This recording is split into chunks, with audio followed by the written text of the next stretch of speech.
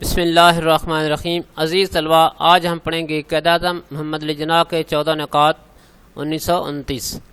قائد-اعظم محمد علی جناح نے نہرو رپورٹ کو ماننے سے انکار کر دیا۔ آپ نے 1929 میں 14 نکات پر مشتمل درج ذیل رہنما اصول پیش کیے جو مندرجہ ذیل ہے۔ نمبر 1، آئندہ آئین وفاقی طرز کا ہوگا جس میں صوبوں کو زیادہ سے زیادہ خود مختاری دی جائے گی۔ تمام صوبوں کو ایک ہی اصول پر داخلی خود مختاری دی جائے گی۔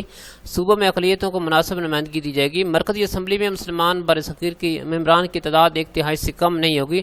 جداگانہ انتخابات کا اصول ہر فرقہ پر لاگو ہوگا، البتہ اگر کوئی فرقہ چاہے تو اپنی مرضی سے مخلوط طریقے انتخابات قبول کر سکتا ہے۔ چھٹا پوائنٹ، صوبوں کی حدود میں کوئی ایسی تبدیلی نہیں کی جائے گی جس سے پنجاب، بنگال اور شمال مغربی سرحدی صوبہ خیبر پختونخوا کی مسلمان اکثریت متاثر ہو۔ تمام لوگوں کو یکساں مذہبی آزادی دی جائے گی۔ اگر کوئی مسودہ قانون کسی خاص فرقے سے متعلق ہو اور اس فرقے کے 3/4 اراکین اس مسودہ کے خلاف رائے دیں تو اسے نامنظور سمجھا جائے گا۔ سندھ کو بمبئی سے الگ کر کے ایک صوبہ بنا دیا جائے۔ بلوچستان اور شمال مغربی سرحدی صوبہ میں دیگر صوبوں کی مانند اصلاحات نافذ کی جائیں۔ سرکاری ملازمتوں میں مسلمانوں کو ان کی اہلیت کی اور تناسب کے حساب سے حصہ دیا جائے۔ مسلمانوں کو مذہبی اور ثقافتی تحفظ دیا جائے۔ صوبائی اور مرکزی وزارتوں میں مسلمانوں کو کم از کم 1/3 نمائندگی دی جائے۔ آئین میں صوبوں کی مرضی کے بغیر کوئی تبدیلی نہ کی جائے۔ علامہ اقبال کا خطبہ الہ آباد۔ مسلمانان برصغیر کی یہ خواہش تھی کہ ان کا الگ تشخص تسلیم کیا جائے۔ اس سلسلے کی کڑی میں علامہ اقبال کا مشہور خطبہ الہ آباد 1930 ہے۔ آپ نے فرمایا، میری خواہش ہے کہ پنجاب، سندھ، سرحد اور بلوچستان کو ملا کر ایک ریاست بنائی جائے، خواہ ہندوستان برطانوی سلطنت کے اندر رہ کر آزاد ہو یا باہر آزادی حاصل کرے۔ مجھے شمال مغربی مسلم ریاست کا قیام کم از کم شمال مغربی علاقوں کے مسلمانوں کا مقدر نظر آتا ہے۔ قائد-اعظم کی خواہش تھی کہ مسلمان برصغیر میں ایک قوت بن کر ابھریں۔ علامہ اقبال نے اس تصور کو آگے بڑھاتے ہوئے خطبہ الہ آباد میں ایک الگ ریاست کا تصور دیا۔ 1933 میں چودھری رحمت علی نے علامہ اقبال کے اس تصور کو پاکستان کا نام دیا۔ 1935 کا ایکٹ اور صوبائی خود مختاری۔ 1935 میں حکومت برطانیہ نے برصغیر میں ایک نیا آئین متعارف کرایا جس میں صوبائی خود مختاری کو اولویت دی گئی۔ آئین کے تحت 1937 میں انتخابات کرائے گئے جس میں کانگریس نے واضح اکثریت حاصل کی۔ اکثریت حاصل کرنے کے بعد کانگریس نے مسلمانوں کی الگ شناخت ختم کرنے کا پروگرام بنایا۔ ہندوؤں نے اس سلسلے میں مسلمانوں پر مذہبی پابندیاں لگانے کی کوشش کی۔ مسجدوں کے باہر شور و غل کرنا شروع کر دیا۔ مسلمانوں پر ملازمتوں کے دروازے بند کر دیے۔ سکولوں میں اردو کی جگہ ہندی راج کرنے کی کوشش کی گئی۔ گاندھی کی مورتی کو پوجا کرنے پر زور دیا گیا۔ مسلمان بچوں کو ماتھوں پر تلک لگانے کا کہا جانے لگا۔ مسلمانوں کو ان کے خلاف نفرت پر مبنی بندے ماترم ترانہ گانے کے لیے مجبور کر دیا گیا۔ قرارداد لاہور۔ یہ قرارداد مسلم لیگ کے 27ویں سالانہ اجلاس میں قائد-اعظم کی صدارت میں 23 مارچ 1940 کو پیش کی گئی۔ مولوی فضل حق نے یہ قرارداد پیش کی۔ قائد-اعظم نے اپنی صدارتی تقریر میں مسلمانوں کے سیاسی مسائل اور دو قومی نظریے پر تفصیلاً روشنی ڈالی۔ کرپس مشن 1942۔